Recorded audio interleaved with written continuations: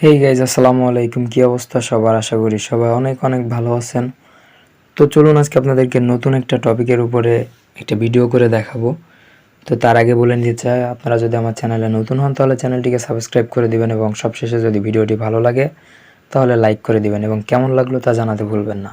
তো চলুন আজকে আমরা দেখব কিভাবে আপনাদের মেসেঞ্জারে বা ফেসবুকে যে স্টোরি শেয়ার করেন সেটা কেউ স্ক্রিনশট দিতে পারবে না, সেটা লক করে রাখবো আমরা। তো এখান থেকে আমি সোজাসুজি ফেসবুকে চলে গেলাম। তারপর এখান থেকে আমি যাব হচ্ছে আমার প্রোফাইলে, প্রোফাইল সেটিংয়ে। তারপর এখান থেকে একটু নিচে আসবেন। তারপর এখানে দেখেন এই যে সেটিংস আছে, সেটিংস অ্যান্ড প্রাইভেসি, এটাতে ট্যাপ করব। তারপর আবার উপরে যে সেটিংস আছে এখানে ট্যাপ করব।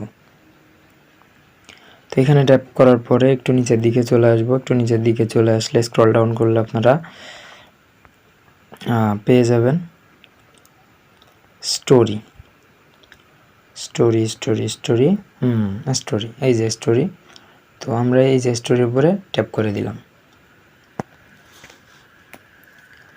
তো এখন দেখেন 2 নম্বর যে অপশনটা আছে শেয়ারিং অপশনস, এটাতে ট্যাপ করলাম। তারপর দেখেন এখানে সবগুলো অ্যালাউ দেওয়া আছে, 2টা অপশনস আছে। এই 2টা অপশনস আপনারা ডোন্ট অ্যালাউ করে দিবেন, এটা ব্যাস আপনাদের কাজ শেষ। জাস্ট এতটুকু। এখন থেকে আপনাদের ফেসবুক স্টোরি বা মেসেঞ্জার স্টোরিতে কেউ তারা স্ক্রিনশট দিয়ে নিজেরা সংগ্রহ করতে পারবে না। তো এতটুকুই ছিল। দেখা হচ্ছে নেক্সট ভিডিওতে।